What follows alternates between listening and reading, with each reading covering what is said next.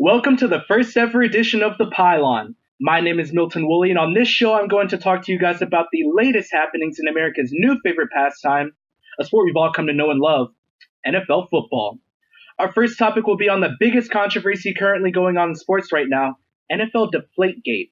Is Tom Brady really as innocent as he says he is? Did Commissioner Roger Goodell come down too hard on the Patriots?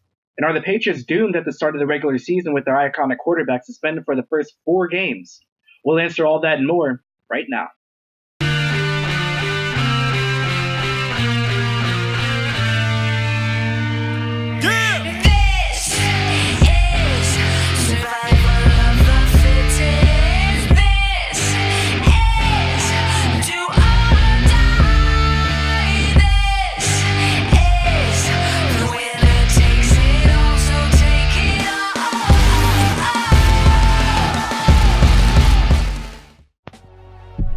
To recap the situation for those of you who don't know, Commissioner Roger Goodell absolutely dropped a hammer on the New England Patriots following the Ted Wells investigation report that concluded that there was illegal tampering of the game balls during the AFC Championship game against the Indianapolis Colts.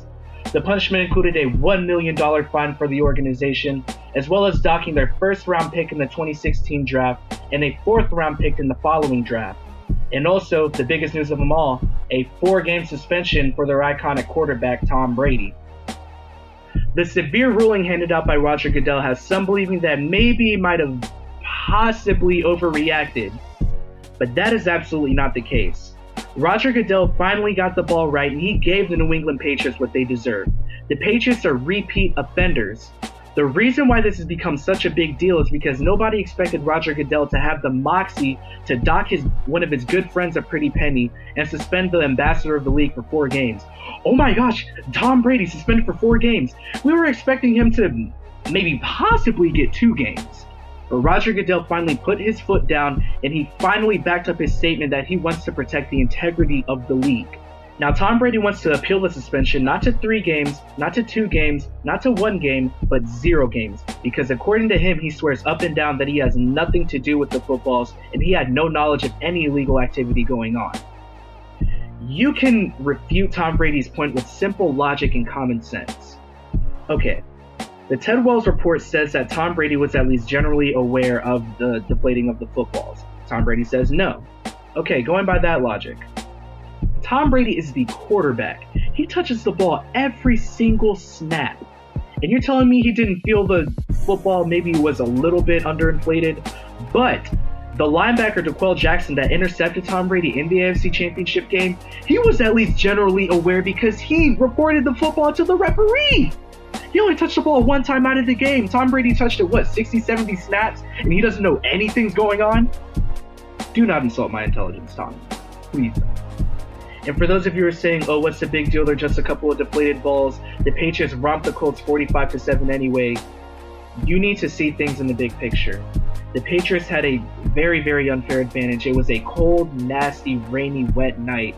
A deflated ball is a lot easier to handle in those situations compared to a properly inflated one.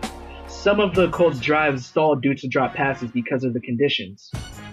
Now moving on to the next question, are the Patriots doomed without their quarterback for the first 4 games? They very well could be. They could end up 1-3 by the time Tom Brady comes back. They opened up against the Steelers. They lost a lot of key pieces in their secondary. They're going to have to keep up with Antonio Brown and Ben Roethlisberger coming off of career years.